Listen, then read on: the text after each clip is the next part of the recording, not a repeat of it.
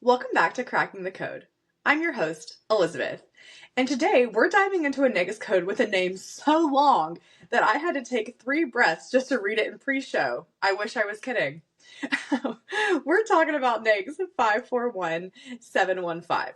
That's going to be research and development in the physical, engineering, and life sciences, except nanotechnology and biotechnology.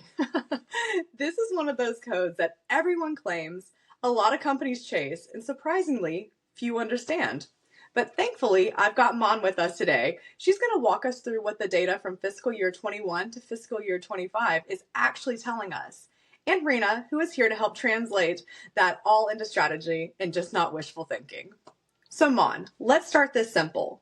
When people hear NAICS 541715, what do they think it is, and what does the data actually say that it is? Most people hear research and development and immediately think about laboratories, white coats, and moonshot innovation.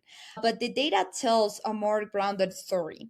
Next code 541715 is really about applied research, engineering heavy, operational relevant work that helps agencies answer complex questions. It's not just invention, it's validation, modeling, testing, analysis, and translating technical insight into something decision makers can actually use. That's why you see these snakes is usually so heavily across defense, civilian science agencies, planning heavy organizations. So it's less of we invented this thing and more of we can prove that this thing actually works. Both, but mostly yes. And sometimes we prove why the thing wouldn't work, which agencies also value. And if you give us the 30,000-foot view, how big is this pond? That is the thing. It's not just a pond, it's an ocean. And between fiscal year 2021 to fiscal year 2025, the Department of Defense alone awarded over 27,000 contracts under these NAICS. If we put that in perspective, they spent over 81.5 billion in 5 years. 81 billion. I feel like I need a lab coat to even say the number. Yeah, totally. And everyone thinks defense means just army. It's actually the Air Force leading the pack with nearly 30 billion in spend. They are the heavy hitters here. But don't sleep on the Missile Defense Agency. They only had about 800 awards, but they spent over 14 billion. That's a high value, high impact research and development. And see, Elizabeth and Mon here, that's the strategist's first aha moment. If you're a small business and 27,000 contracts and think, I'll just throw a dart, see which one sticks, you really have to look at Army, Navy. They have huge award counts, but they spend less than the Air Force. The Air Force is buying big, complex systems. And if you're a small R&D business, you might actually find some bite-sized opportunities in the Army's 5,000 plus awards. And what about NASA? They're the silver medalist here, right? They are. NASA put out about 4,407 contracts. And look at the players there. It's a mix of the usual suspects like Caltech and Amentum, but also Blue Origin. They spent over 1 billion each. Strategically, NASA is a different beast. While DoD is looking for lethality, NASA is looking for longevity. We're seeing contracts for everything from atmospheric waves experiment support to hydrogen-based energy conservation. If your R&D is green, it's exploratory, NASA may be your primary target over the Pentagon. So we've got space and defense here, but the title also mentions life sciences. So does that mean that HHS is also in the mix? Big time. HHS spent over 7 billion across 2,124 contracts. But here's the context. NIH, the National Institutes of Health, is 70% of that volume. We are seeing massive spends on clinical trials for HIV vaccines and cancer therapeutics. The barrier to entry, though, at NIH is typically technical expertise. You aren't just selling a service, you're selling very specialized scientific knowledge.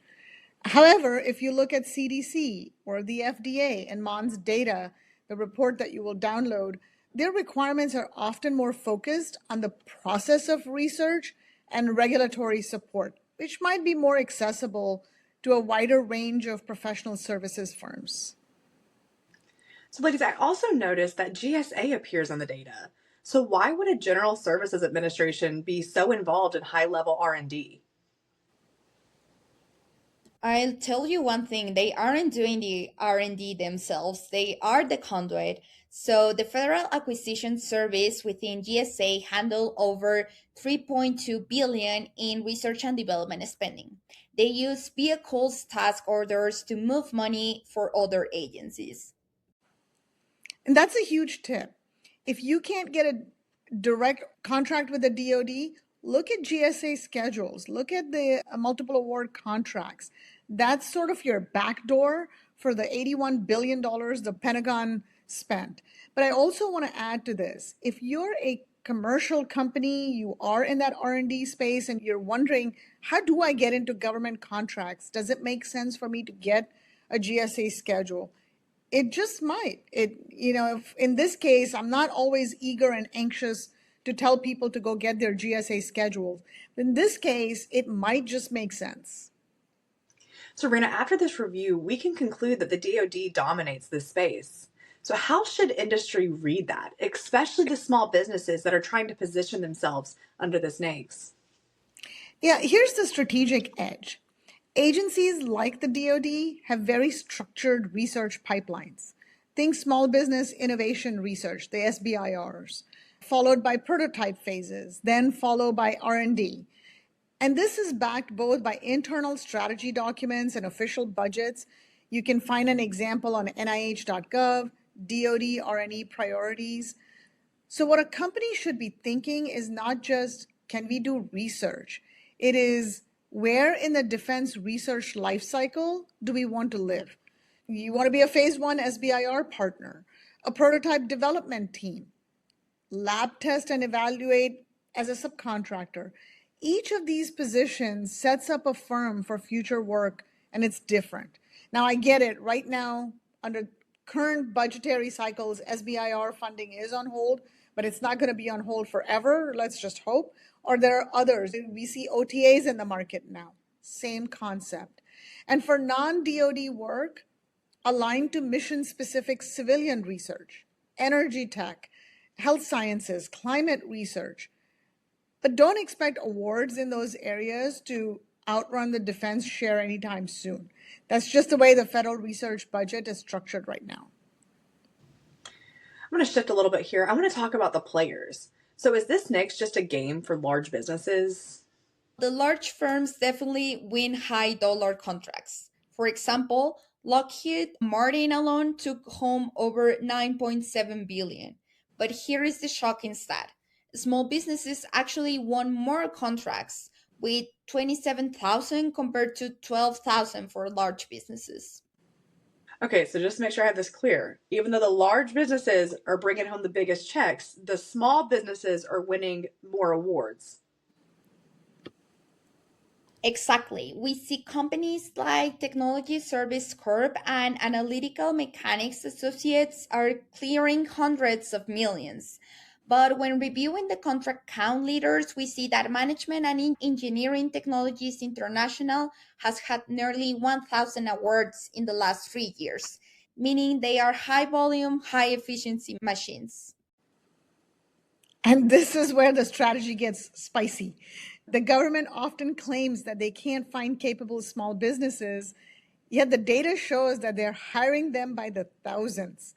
MON's data shows that, again, that no set aside used is still the biggest category with nearly 20,000 awards. But that means nearly half the time the government is buying from whomever is available, whoever has the capabilities. So Rena, does that mean that small business certifications don't matter in R&D? It does, and it doesn't. Remember what we always say, capabilities first. But we did see that between fiscal year 21 and fiscal year 24, Service-disabled veteran-owned set-aside in this code went from just 4 awards to 104 awards. Women-owned small business set-asides grew from 2 to 60 awards. The trend is moving towards more restricted competition, which is a huge advantage for these certified firms. However, the awards may not be set-aside driven. What we're seeing is that small businesses are really stepping up. They're investing in capabilities, investing in becoming subject matter experts, and bringing together core teams of experts who want to work outside that large corporate culture. And that's where they're finding these niche contracts. Great. Thank you for that insight, Rena. And Mon, you looked at when this money is being spent. Is it going to be the usual end of year madness? Actually, NAICS code 541715 is a bit of an outlier as it is more balanced than other industries. We see that the second quarter was the peak for spending in the fiscal year 2021. And every year since then, we've seen a steady spending growth going from the first to the fourth quarter. It is not a wait until until September game. They keep awarding all year long. You need to be in the room in the winter, in the spring, in the summer, and in the autumn, really all year long. That makes sense, right? Because R&D isn't a commodity purchase. It requires planning. You can't panic buy a new rocket engine in the last week of September.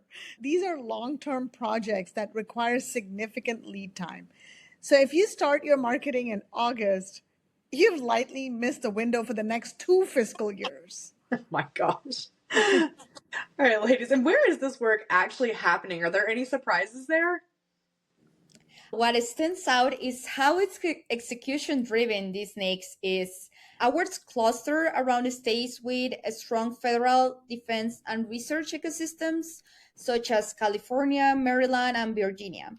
And it is not necessarily where headquarters are located, which tells us agencies care less about where your logo lives and more about where your teams can actually perform. Which means companies need to think beyond their HQ strategy. Do you have access to talent? Do you have access to labs, secure facilities, partner networks? And this NAICS code 541715, it really rewards firms that show up where the work is. Right. Ladies, this has been a gold mine. So, Rena, could you please give us the final closing arguments here for anyone that's looking to crack NAICS 541715? There are many, but I'll narrow it down to a few.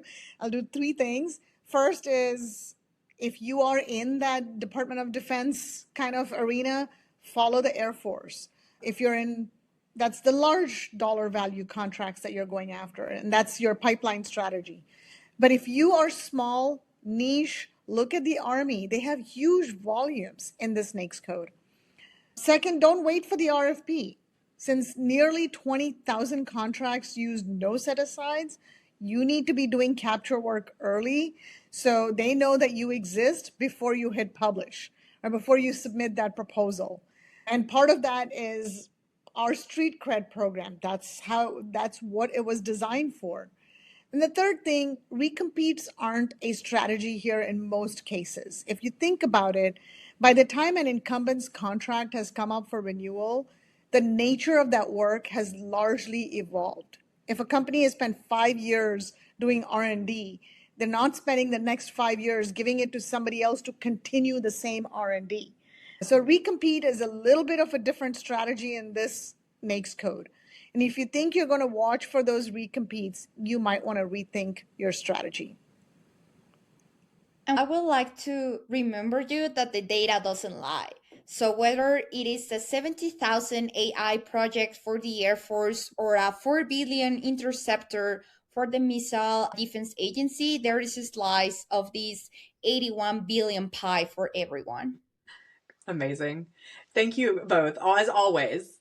And to our listeners, if you want to dive deeper into the full data set, including agency subawards, socioeconomic distributions, and quarterly patterns, you can download the full NAICS report at our website, www.bitexecs.com. Until next time, keep cracking the code.